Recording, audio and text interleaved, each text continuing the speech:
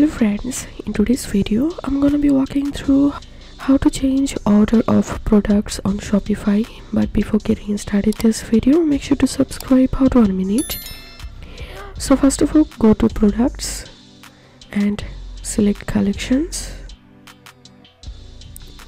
and now select any collection and scroll down, and here you will find these short options. So click on this drop down, and from here you can select any type, or if you select manually, then you have to drag and drop the product according to requirements. So this is how we can change order of products on Shopify.